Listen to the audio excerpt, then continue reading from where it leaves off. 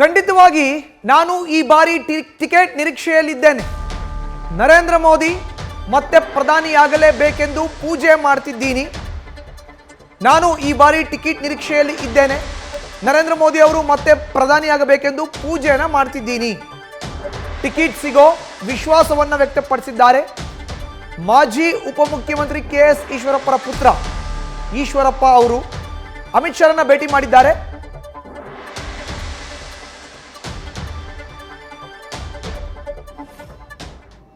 ಪೂಜೆ ಅನ್ನಕ್ಕಿಂತಲೂ ಕೂಡ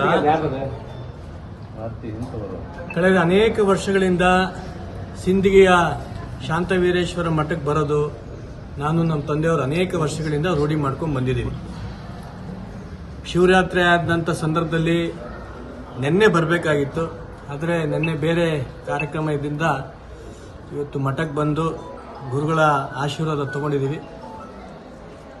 ಈ ದೇಶದಲ್ಲಿ ಮತ್ತೊಮ್ಮೆ ವಿಶ್ವನಾಯಕ ಆದಂಥ ನರೇಂದ್ರ ಮೋದಿ ಅವರು ಪ್ರಧಾನಮಂತ್ರಿ ಆಗಬೇಕು.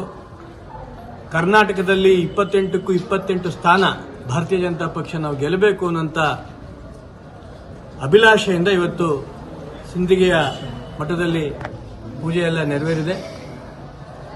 ಭಾರತೀಯ ಜನತಾ ಪಕ್ಷ ಖಂಡಿತವಾಗಿಯೂ ಕೂಡ 28ಕ್ಕೆ 28 ಸ್ಥಾನ ನಾವು ಗೆಲ್ಲುವಂತ ನಿರೀಕ್ಷೆ ನಾವೆಲ್ಲರೂ ಕೂಡ ಇದ್ದೀವಿ. ಗೊಂದಲ ಎಲ್ಲೂ ಇಲ್ಲ.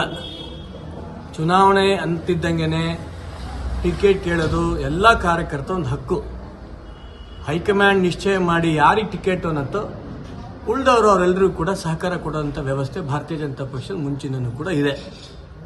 ಇವತ್ತು ಸಂಜೆನೂ ಕೂಡ ದೆಹಲಿಯಲ್ಲಿ CEC ಮೀಟಿಂಗ್ ಇರೋದ್ರಿಂದ ನನಗೆ ಸಂಪೂರ್ಣವಾದಂಥ ವಿಶ್ವಾಸ ಇದೆ. ನಮ್ಮೆಲ್ಲರ ಗುರು ಹಿರಿಯರ ಆಶೀರ್ವಾದದಿಂದ ಖಂಡಿತವಾಗಿಯೂ ಈ ಬಾರಿ ನನಗೆ ಹಾವೇರಿ ಲೋಕಸಭಾ ಕ್ಷೇತ್ರದಿಂದ ಟಿಕೆಟಿನ ನಿರೀಕ್ಷೆ ನಾನಿದೆ. ಸಿಗದೆ ಹೋದ್ರೆ ಅಂತ ಪ್ರಶ್ನೆನೇ ಬರಲ್ಲ. ಯಾವುದೇ ಕಾರಣಕ್ಕೂ ಆ ಪ್ರಶ್ನೆ ಉದ್ಭವ ಆಗಲ್ಲ. 100ಕ್ಕೆ 100 ವಿಶ್ವಾಸ ಇದೆ. ನಿನ್ನೆ ನಮ್ಮೆಲ್ಲರೂ ಕೂಡ ಹಿರಿಯರಂತ ಯಡಿಯೂರಪ್ಪನವರು ಕೂಡ ಸಂಪೂರ್ಣವಾಗಿ ನಮಗೆ ಆಶೀರ್ವಾದ ಮಾಡಿದ್ದಾರೆ. ನ್ಯೂಸ್ ಫಸ್ಟ್ ನಿರ್ಭೀತಿಯಿಂದ ನಿಮ್ಮ ಪರವಾಗಿ.